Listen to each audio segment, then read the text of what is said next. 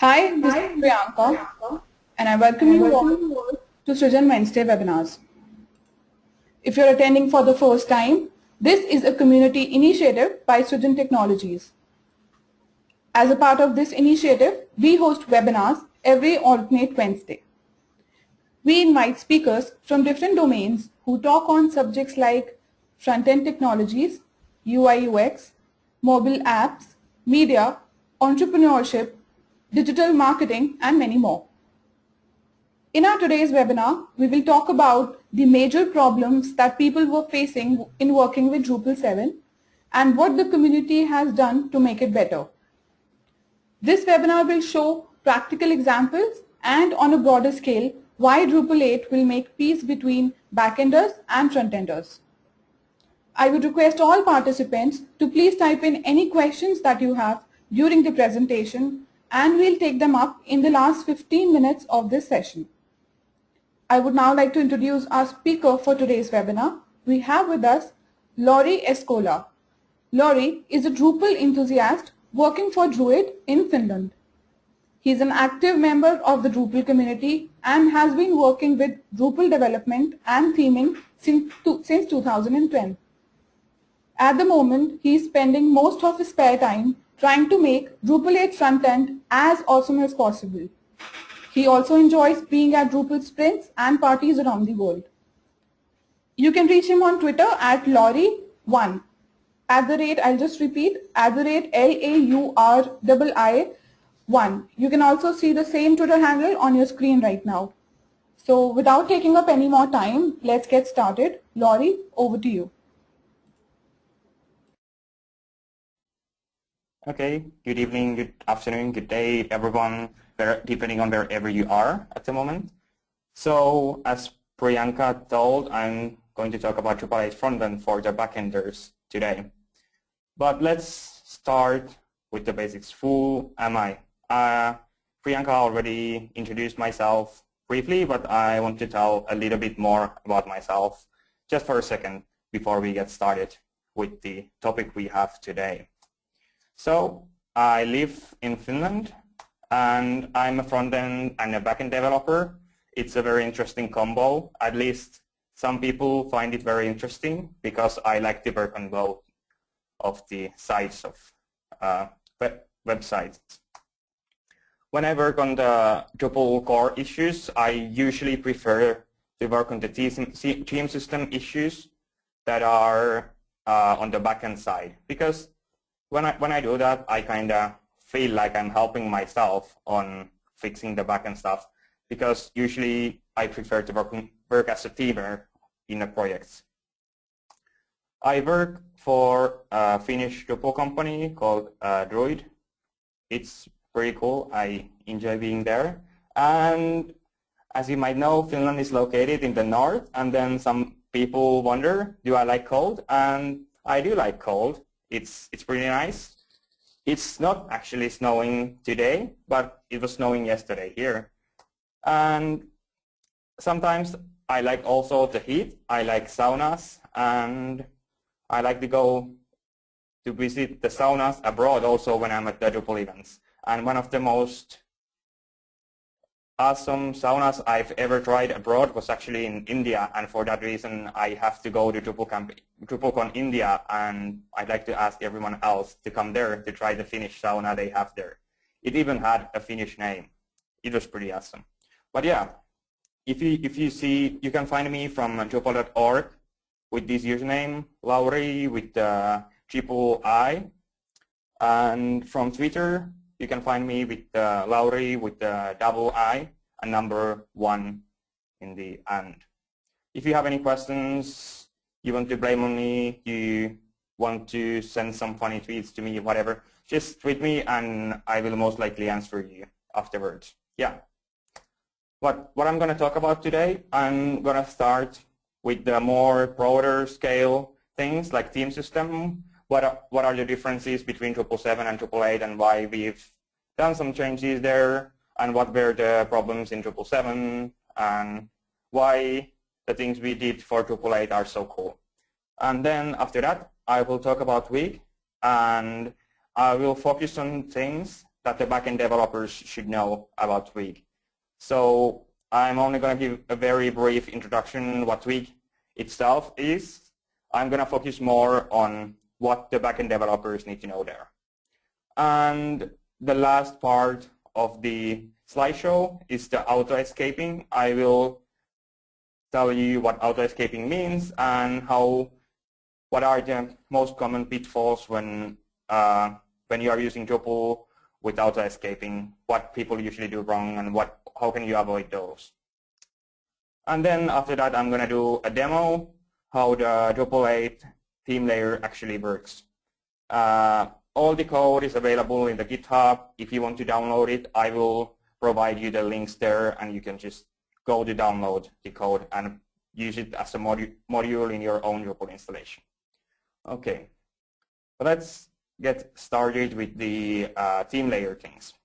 So in the Drupal 7, there was problems with the theme layer, and the biggest problem with the theme layer was that it was too complicated for people to understand what's happening on the theme side. And even though you would have known what's happening there, like how the theme layer actually works, it can take time to figure out where things have been done, because there was so many different ways to build one thing, which wasn't very intuitive for the developers. So here I have a picture of the Drupal 7 theme layer. As you can see, it's not very easy to understand. It's extremely hard. It's crazy. We don't want to see that anymore. We want to make it easier. The biggest problem in the Drupal 7 theme layer was that there was just so many duplicated ways of doing one thing.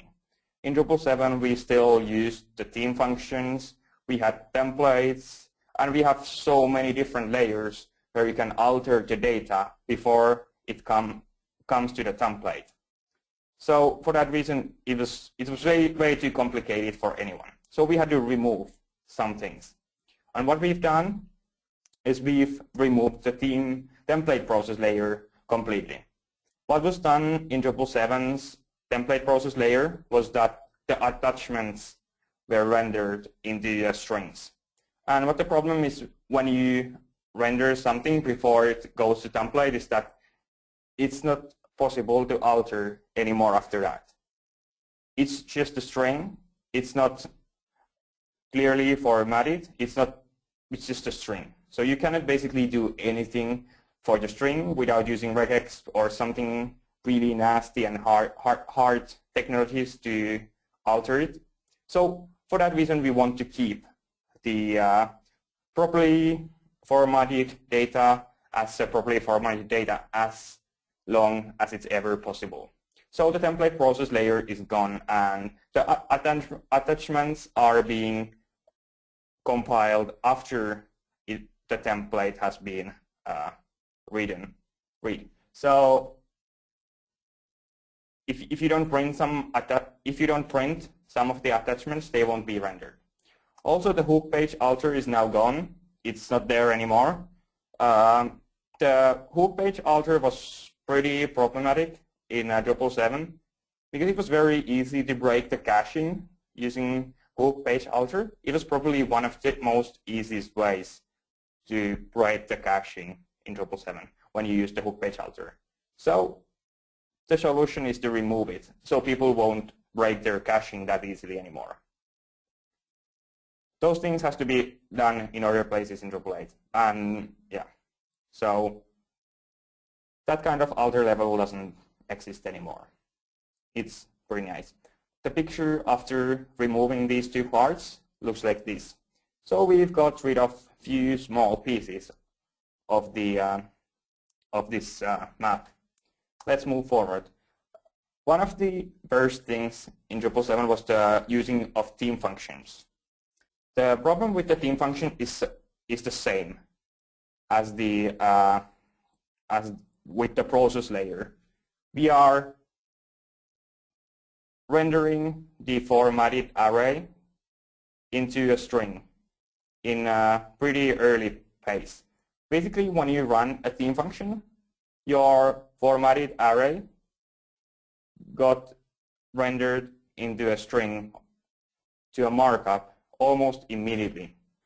So after that, it's impossible to alter it anymore.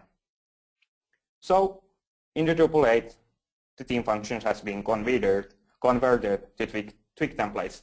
There is at the moment 13 theme functions left in the Drupal 8 core.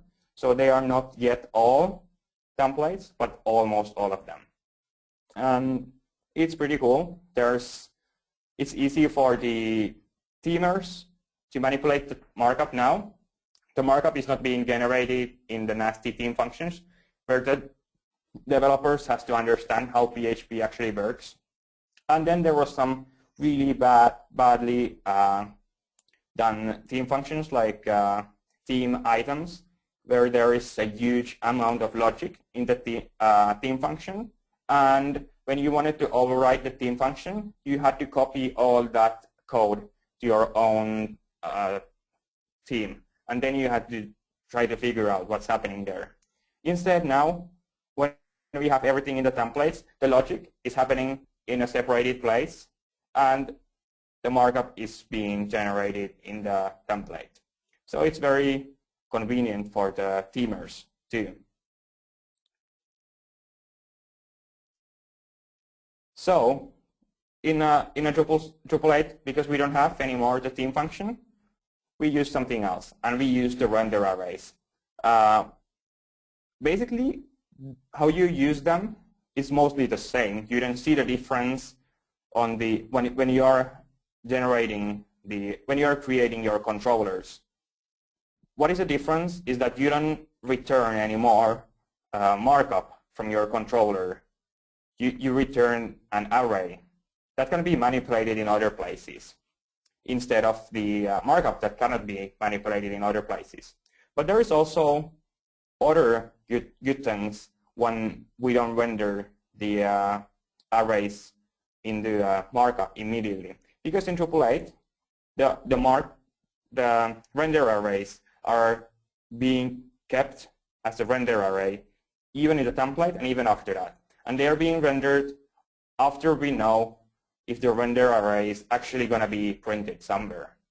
So in a Drupal 7, if there was a markup that got run by a theme function, it was rendered immediately. In Drupal 8, it will be rendered if it's printed, only if it's printed.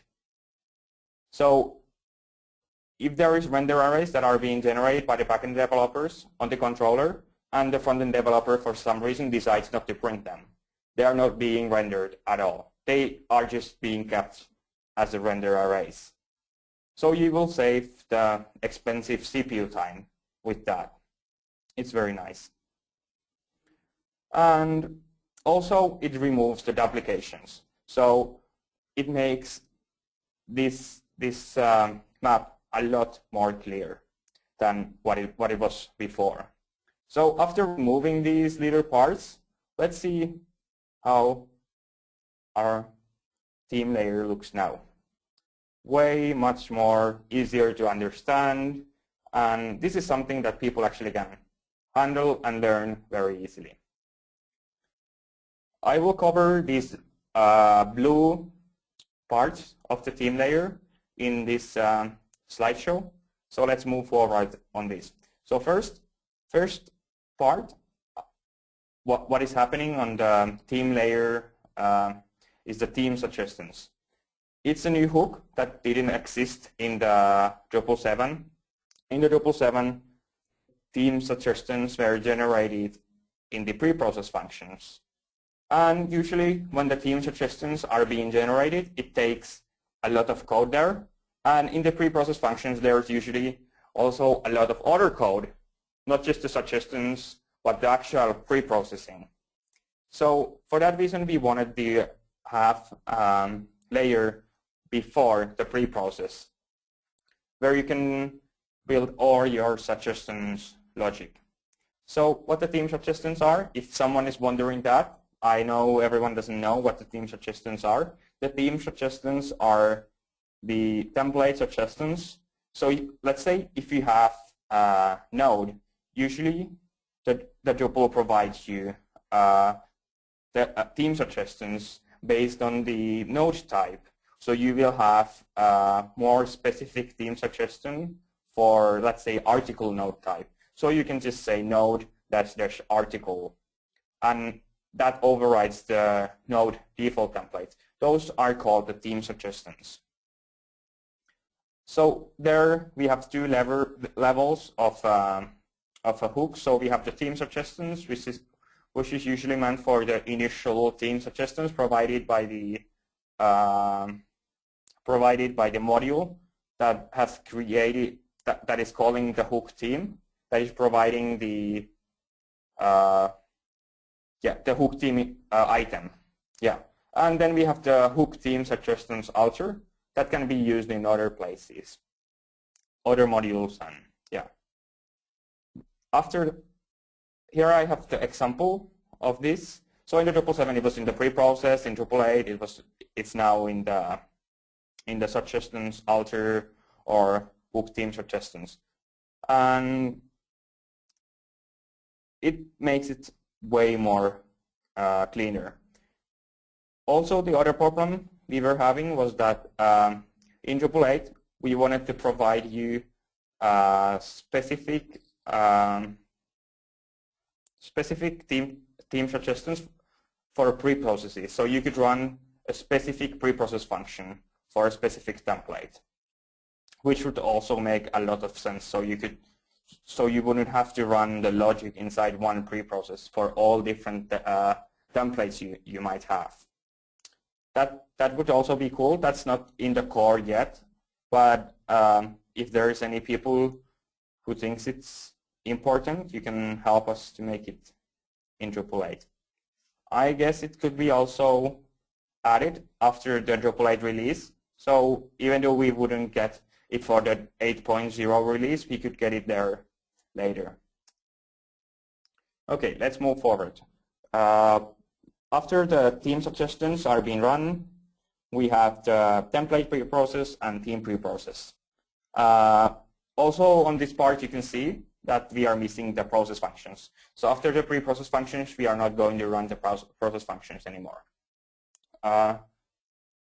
So we have two levels here also. So we have the template preprocess functions, and usually sometimes people don't remember which one should I use, the template preprocess or theme preprocess. So the difference is that the template preprocess is used to create the default preprocessing logic for the template. And here it's also the same logic that usually in the module that is providing the hook theme item, we should use the hook template preprocess. And then if you want to alter it in other modules, then you would use the hook theme preprocess. And what's usually being done in the preprocess, we can preprocess the attributes to be something else than they are. In Drupal 8, you can use a specific attribute object which is created to handle the attributes. It's pretty cool. You can just say add class, it will add your classes. You can say remove class and set attributes. You can do a lot of things with that. That is more important for the front-end developers than the back-end developers. But this is one of the things that usually is being done on the preprocess functions, adding some classes, removing classes, or formatting the data into other format than it is already. And this is just an example of the preprocess function. There is so many different cases that you can do in your preprocess functions. I will show later what in my demo what all can be done in the preprocess function. But more about the attributes. The attributes is a specific storage for your front-end developers. So you can create the attributes on the preprocess function or in the template.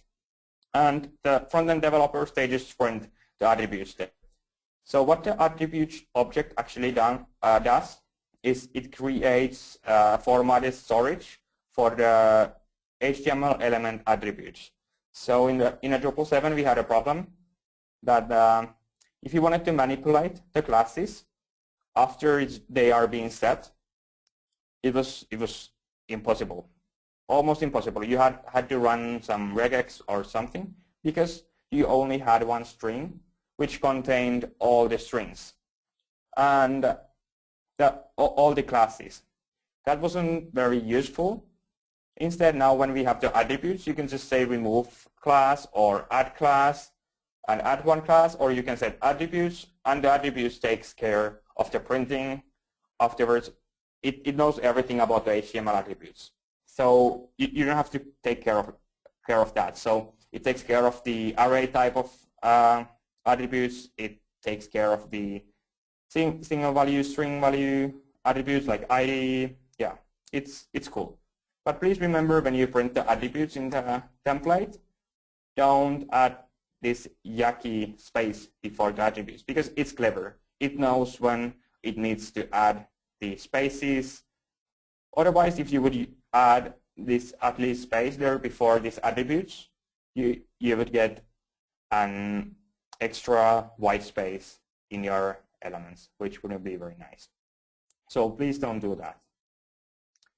And here is just an example how to remove the classes and add classes on the Twig template. You just say .remove class, and it runs the remove class method. And if you say add class, it will run the add class method, and then you can just give it the parameters. And the add classes is also pretty clever. You can set string parameters there. You can say give it a array type of parameters. You can give multiple parameters, whatever you want to do. It should handle all that. It's pretty cool. Okay, as I started already talking about Twig, let's move forward with the Twig. So what other things should backend developers know? One of the most helpful things for the front-end developers is Twig magic. But the coolest thing is that the front-end developers don't even understand what's happening there, and they don't have to, because they just use this one syntax. They say variable.cheese, and it prints whatever the cheese is. As a backend developer, you might be wondering, okay, what the cheese is. It can be anything. So actually, when the front-end developer writes sandwich cheese, on the backend side, we test if the sandwich is array and cheese is an item of that array. If that is true, if it's array and cheese is the item of that array, then we just print that, and everything is completely fine. Everything is happy, it's being printed. But if that is not true, then we have to move forward. After that, we test if sandwich is object and cheese is the property of that object. If that is true, then we just print that, and the front-end developer is happy. The front-end developer didn't even notice that the backend developer has set some data into a property. You just say there is cheese, and the front-end developer can print it by just using the .cheese syntax. After that, the things can get even more complicated. So after that, we test if there is available a cheese method. If cheese is a method of the object, then the method will be run. So you can even set the cheese as a method in your object. And you can even set a method using the get method convention. So it will even test if there is a get cheese method available. And also it will test if there is cheese available. So we just get and the Twig will test the get and is method conventions there. If those doesn't work, we will still move forward. We will do the one last thing. We will try to test if there is a dynamic method available. We just try to use the PHP magic function call just to make sure that it's not there. Okay, so now all the backend developers understand the cheese can be anything. So there is no one answer what the cheese is. It can be anything. And this makes the front-end developers happy because they don't have to understand what's happening there. Also, there is other cool things in Drupal 7. If you wanted to hide some content, you wanted to use the hide function in the in the template. In Drupal 8 you can just say without, and then the comments and links won't be even rendered. In Drupal 7, if you hide something, it's just hidden. It's being still rendered. In Drupal 8, it's not rendered. And in this example, we have content which contains at least comments and links, but we don't want to print them from the content render array. So we say without comments and links. But I want to later on print the comments. Then I just say content comments. In this example, the links are not even being rendered at all because they are not being printed, which is very cool because, yeah, we just saved some CPU time by not actually rendering them, which would make no sense to render them if they are not being printed. There you saw a simple Twig filter. Without, it's just a filter. And what the Twig filters are, they are meant to manipulate the content of some array or string. And what it just simply does is takes the first parameter from a variable before this bar, and it will return it in a different format. So in this example, I have the length filter, which is built inside the Twig, which takes the variable name there, and it just returns the same variable in different format. And this length filter, it simply returns the length of the variable. Very simple filter usage in a Twig. We have also Twig functions. They are more viable functions with multiple parameters meant to create simple front-end logic. There you are not forced to add any parameters. So in this example, I have the dump function, which is also built in Twig. What the dump function does, it's basically the var dump. So it just dumps arrays or whatever you put inside it. But the cool thing is that if you don't put any parameters inside a dump, it will print all the variables you have in your Twig template. Isn't that cool? Yeah, I think it's cool because that way you can see whatever is inside your Twig template. Yeah, in Drupal we have a problem that there is quite a few variables usually inside the template, so you might run out of memory. That's what happened to me when I tried to run this on a Node template. It didn't work that well. But it's still cool, especially if you build your own templates. There you can see whatever is happening in your template, what variables you have there, and it's extremely useful for the front-end developers. But this magic is building Twig. However, I want to show you how to add this by yourself, because sometimes the functionality that you have in Twig or some of the functionality that we have coming from the Drupal core isn't enough, and then you have to add something by yourself. In PHP template, what happens, you can just add a function to your module, and it's available in your PHP template. But because Twig is a little bit separated to make it safe, so you cannot run any MySQL queries or anything like that in the Twig, you have to provide the functions you want to have in Twig by yourself. So let's see how that happens. So this is the class you have to inject as a Twig extensions for the Twig using the dependency injection. I have the full code for you. I will give you the link in a second, so you can just install it, try what happens, and see how to use the dependency injection on everything there. It will probably help you get started with this. But I will just show you how simple this basically is. You just create a class. In my example, I have a trim string class, and which extends Twig extension. I have there two methods. I have the get filters, which will return Twig simple filter objects from there. And for that object, you need, when you are initializing these objects, as the first parameter, you give the name of the filter. So this is the thing that you have that will show up in your template. So this would create a trim_string filter to me. As a second parameter, you have to give the name of the function or the class and the method of the logic that should be run. So in my example, I have a class and a method, and I will just give it in an array, and the first item is the full class name. You can just say this if it's in the same class, and then as a second item you say trim string, which is the name of the method, and then that would be run when someone would use the trim string filter. That's pretty cool. That's pretty easy.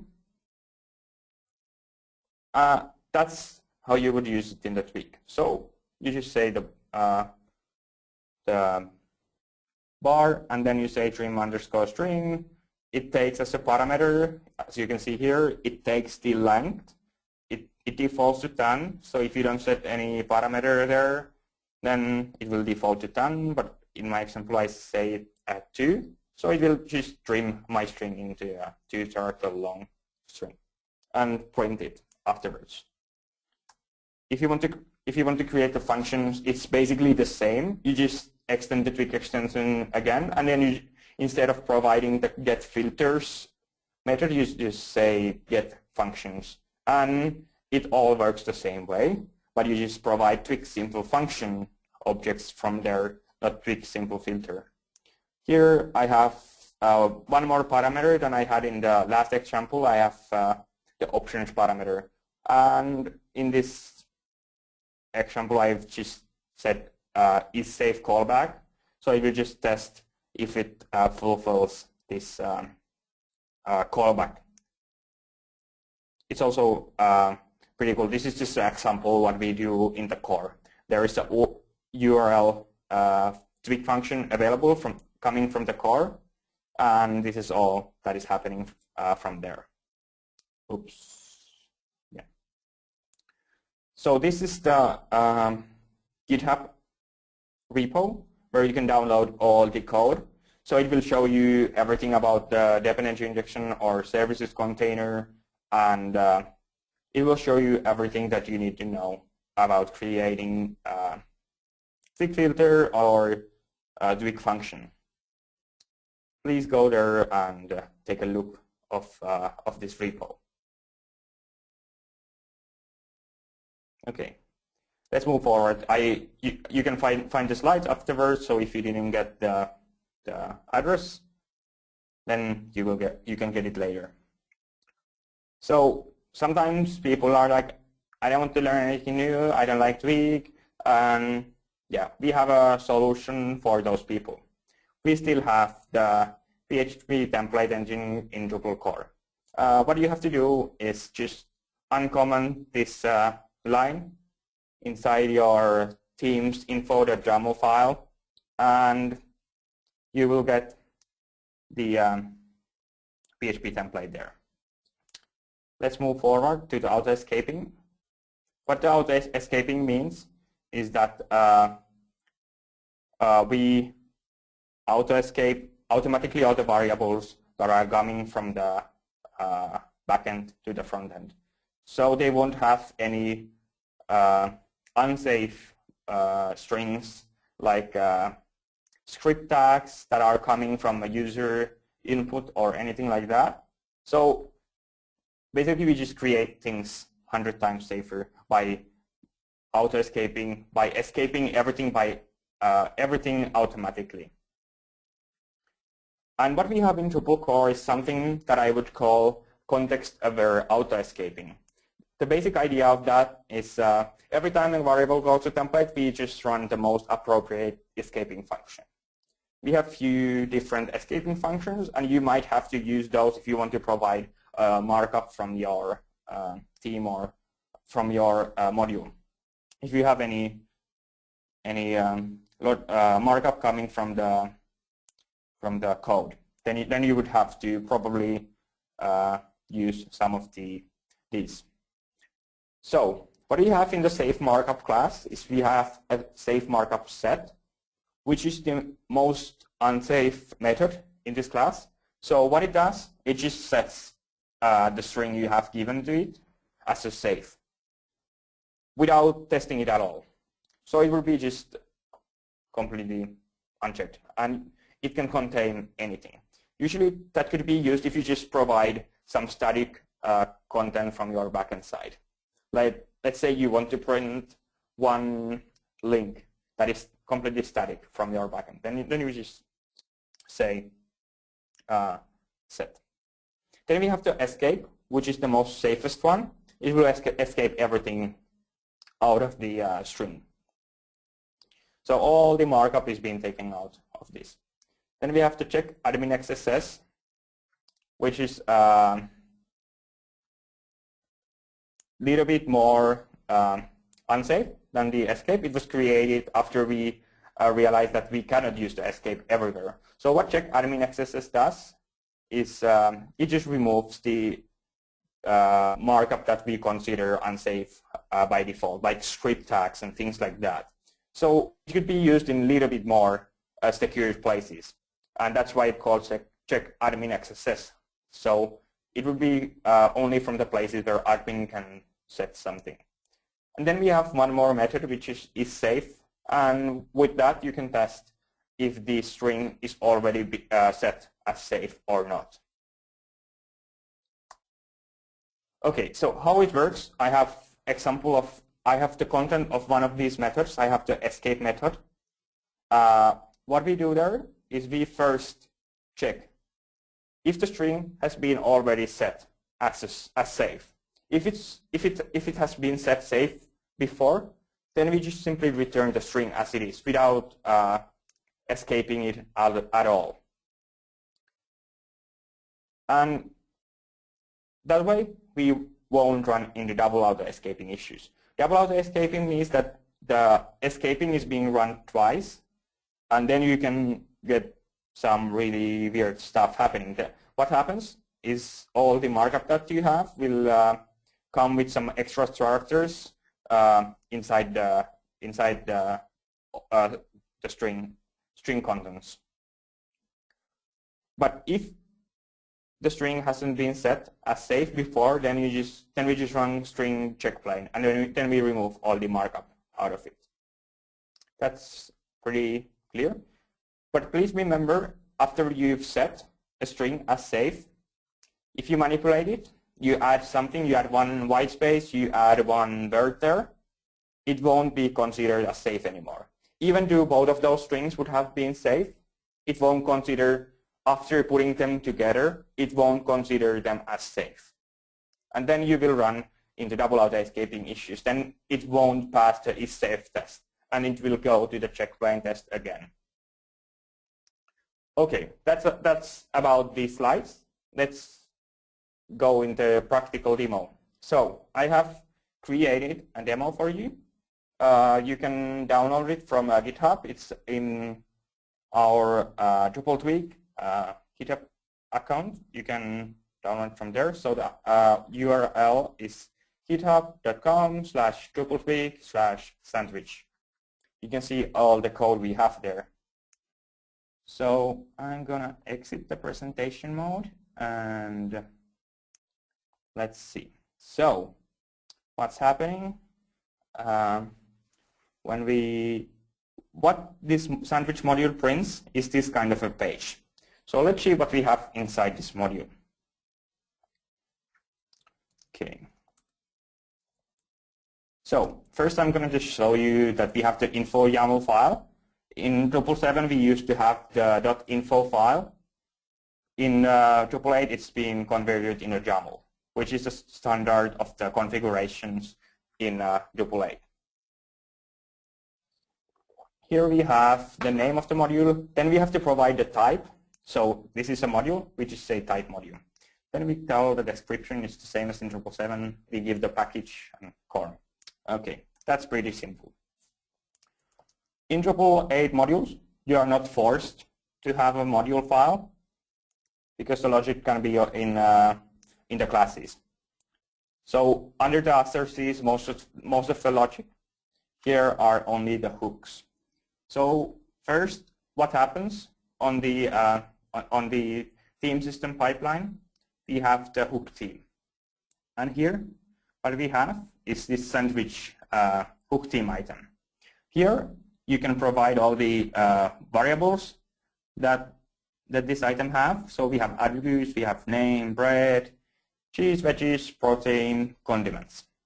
Okay, that's pretty simple. So this just provides the default values for these variables. So let's see where it's being used. So I have this, actually I'm going to first show the routing.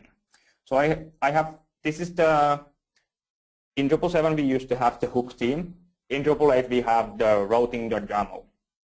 And here we have the path, then we have the controller for this thing. So you have to first give it its full namespace, and then you just give the method it should run. Here we have the title, and we have the permission, which is only the access content. So let's go to the controller we have there. Okay, controller. Here we have the sandwich controller. And this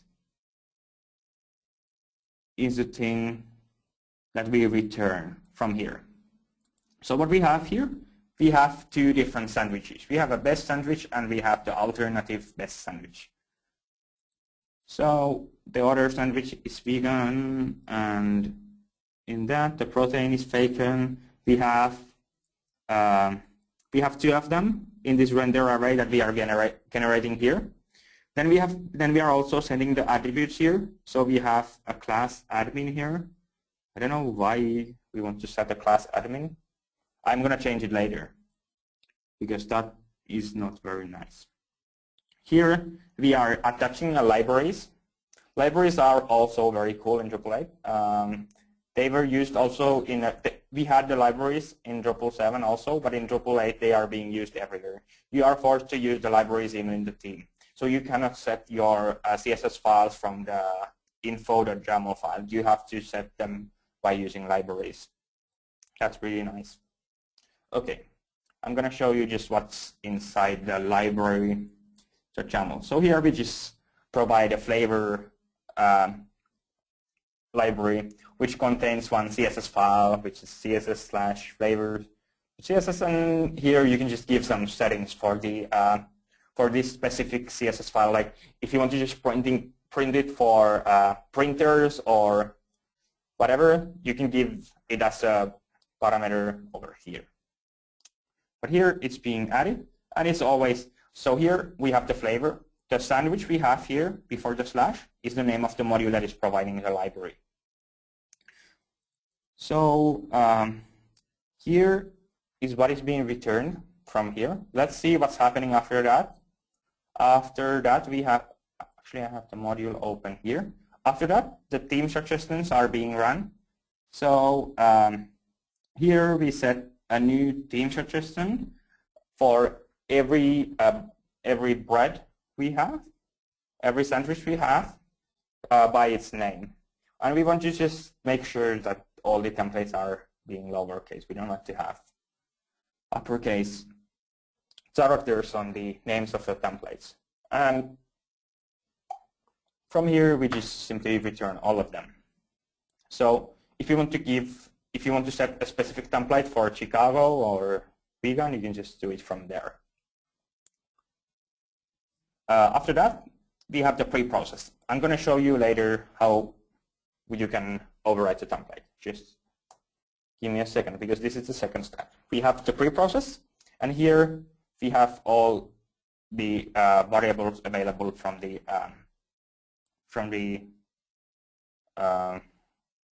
render array that we set there. So let me go back. So here we have, these are the variables that we set over there. So I want to alter something. Okay, I hope I have the, let's see what's inside this thing. Just, oops. Okay, I don't have the devel module. I'm just going to say dress and devel. I didn't have it downloaded, so I have to download it first. Okay. I'm going to just enable Kint, which is a new feature that we have in Devel Drupal 8 version. It just, okay, my DSM Probably it's not still working, I guess. Okay, it's not working, so I have to not use the DSM. Probably. Live demo effect. Okay, now everything is completely broken.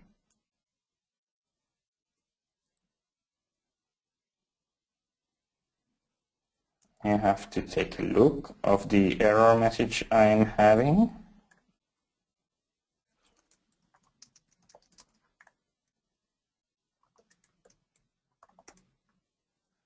So I should have an error log there.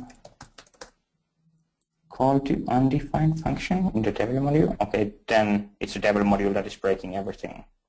So I probably have to try to trash VM uninstall. In Drupal 8 you cannot disable modules anymore. You have to always uninstall them. So there is no disabled modules. Okay, now my site is back online. That's pretty cool, but yeah, there's something wrong happening with the Devil at the moment. I don't know what. That I have to figure out that later. But I'm going to change something from here. Let's say I want to add a vegetable. I have the veggies there. So I'm going to add a new veggie for all of these. So as you can see, all of the variables are available here. Okay, I don't want to have any other vegetables than French fries in my sandwiches. So I'm going to, oops, choose is array and French fries. Okay. So I don't want to have any other vegetables in my sandwiches and French fries. Okay, that's pretty cool. Done. After that, I'm going to show you the template that is actually printing all this. So I have here everything printed. This is Twig. So what should I do for this? Okay, so we have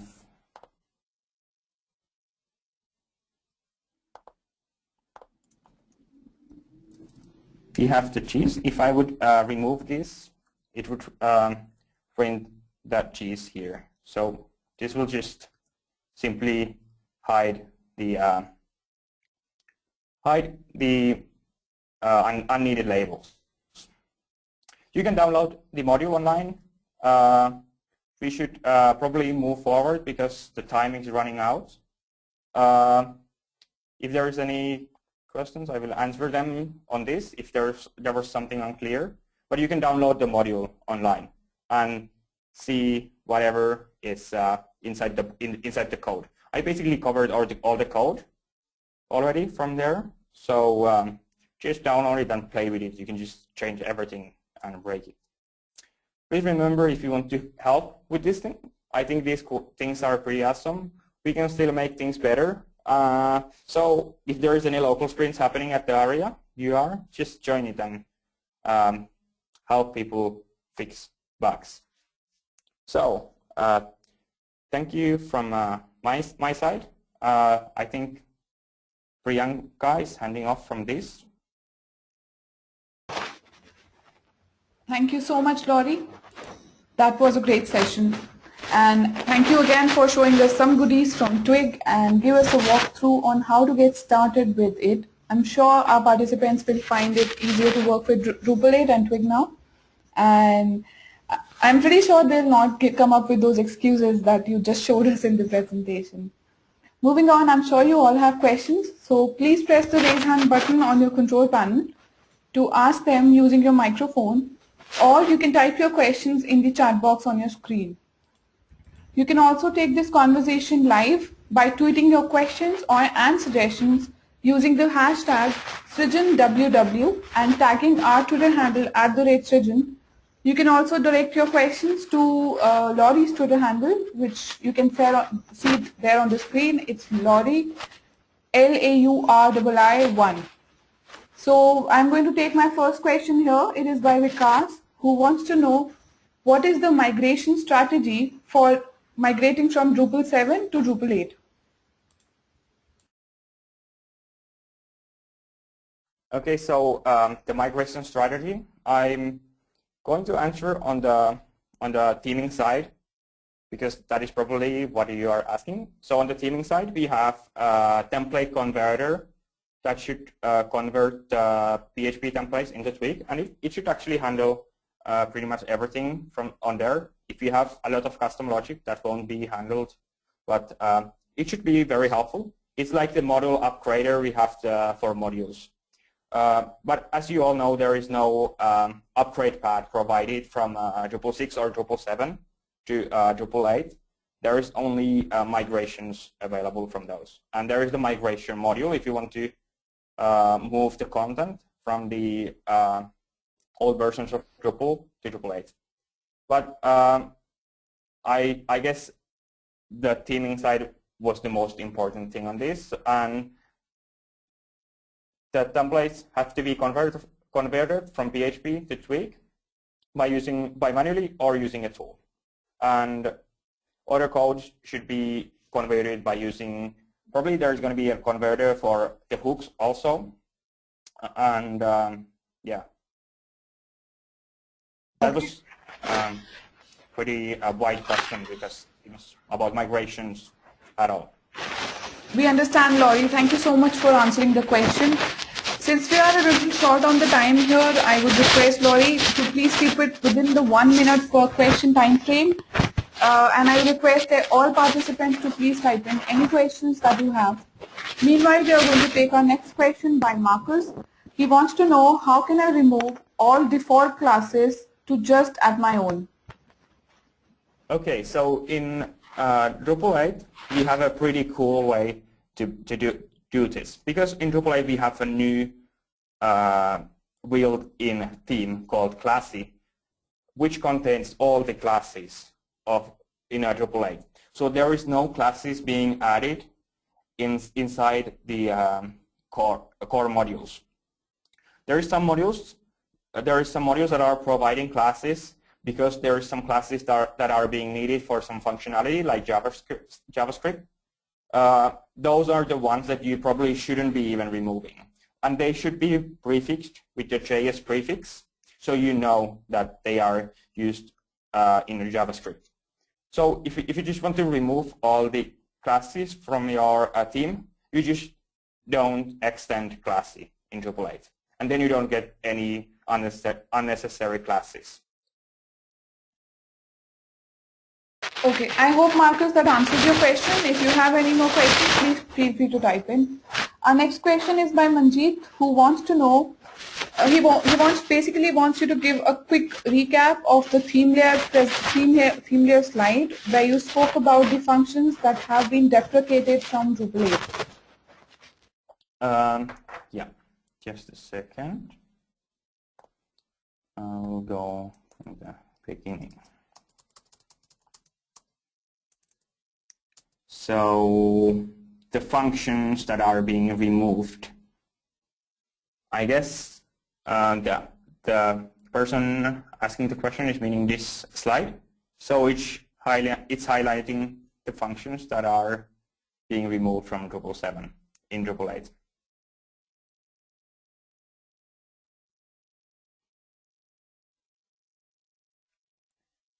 And yeah, in here you can see the theme functions are being removed, the process functions are being removed, the theme overrides are being removed because you don't override the theme functions anymore. Theme function has been removed because you don't render the markup anymore inside your own templates, and the page alter has been removed. Okay, let's get back. Yeah. Thanks again, Laurie. Our next question is by Arvind, who wants to know... Okay, I'm sorry to interrupt. Do you want to continue with the answer? Yeah, I just wanted to mention that if you need anything else from the slides, they will be available online afterwards. Okay, thank you so much for that information. All right, our next question is by Arvind. He wants to know how to define string in Twig. How to define a string in a Twig? I will just go inside Twig file so I can show that. So I'm going this sandwich Twig file. I'm going to say here set string content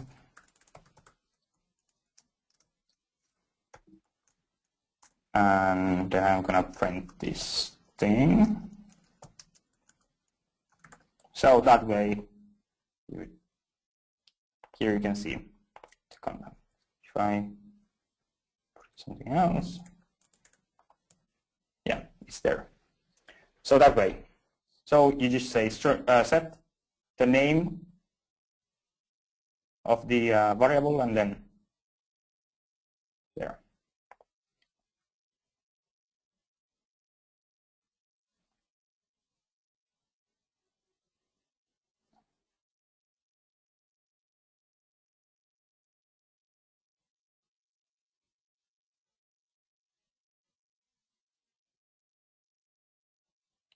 Our next question is by Manjeet.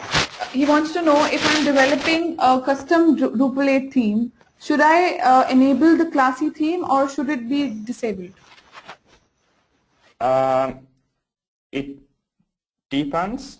If you want to have the classes, then you should probably enable the theme classy. I personally, when I build Drupal 8 themes, I do enable classy because classy actually provides pretty well formatted classes there. The classes that have been taught by the themers to be inside classy are actually pretty good. So I personally would use classy on theming. But then the reason why classy in the first place was brought there is that the base themes like Zen, Bootstrap, they want to provide their own class first. They want to use whatever they want.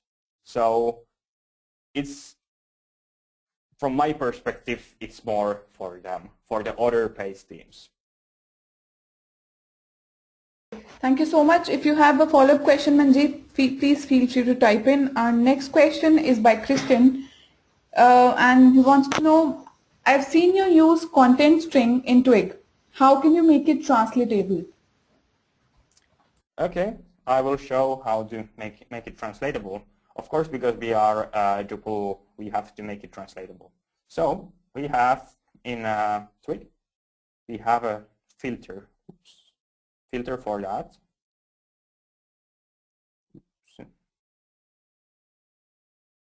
I don't actually, yeah, here. So you just say filter T. So it's bar T. And now it will be a translatable string. I don't have the translations enabled now, so I'm not going to demo that, and it would take too much to enable all that, but that's how it works.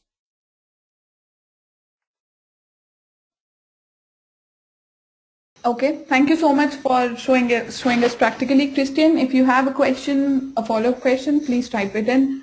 Meanwhile, I would like to apologize to all the attendees that we'll have to take all the remaining questions very quickly because it looks like that we are going to overshoot the time limit, and I hope you will be able to bear with us for a short, extended period of time. Our next question is by Sumit. He wants to know, to run the PHP code in Twig template, do we need to extend Twig extension class every time? You can, inside one module, you can add multiple Twig functions or Twig filters, but you cannot run the PHP functions by default there, and you cannot automate it. So somehow you have to extend the Twig extensions class every time you want to run a PHP function inside Twig.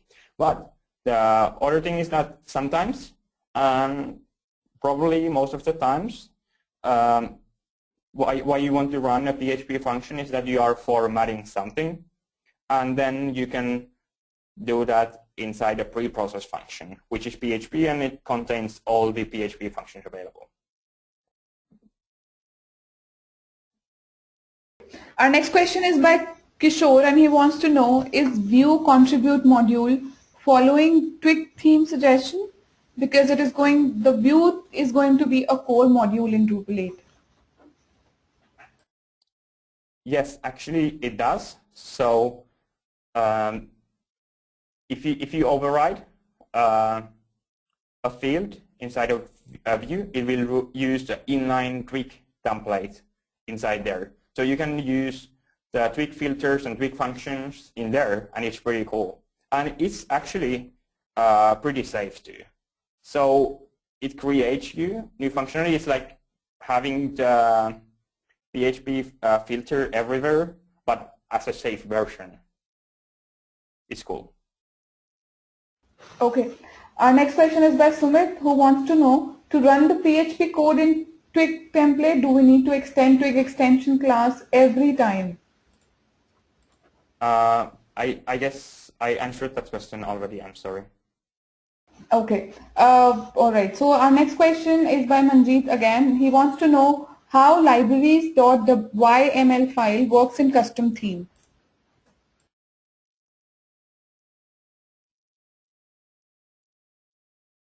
Laurie, do you want me to repeat the question? Yeah, I think it cut it down. Yeah, it's how libraries.yml file works in custom theme. Okay, so if you have a custom theme, I don't have time to build a custom theme, so I'm not going to build a custom theme now, but I'm going to show how it's being used in the core themes. So let's go in the Bartik. Yeah. So here we have the bartik.libraries.yaml, and in here we have all the different CSS files that Bartik is providing. We have a few different libraries. The libraries are, they are defining also dependencies. But what you do, you just define the libraries in the libraries.yaml file. And then if you want to enable these libraries on all the different pages using Bartik theme, then you just say in your info.yaml file the libraries you want to enable in this theme. And in here, so we have the global styling here, and it's inside Bartik module. It is this. So in the Bartik.info.yaml, we just say to use this library everywhere. Okay, Manjeet, I hope that answers your question. If you have any more questions, please mail them at webinars@srijan.in. Since we are running towards the end of this webinar, I would request all those people who have any more questions to please mail them at webinars@srijan.in, and we will get them answered by Laurie to you. Thank you so much once again, Laurie, for such a knowledgeable session. We are sure everybody found your presentation very interesting and insightful. A big thank you to all the attendees for joining us today. I would also like to announce that our next webinar, titled Cracking the Community Code, is focused on building online communities, their best practices, and how these practices help the Drupal Association grow and sustain. This webinar would be hosted on the 15th of April by Megan Sanicki. Megan is the COO of Drupal Association. As the COO, Megan blends her background in technology marketing and business development with her experience in community communication and education. For registrations and more details, you'd be getting a mail from our site. So stay tuned and have a great day.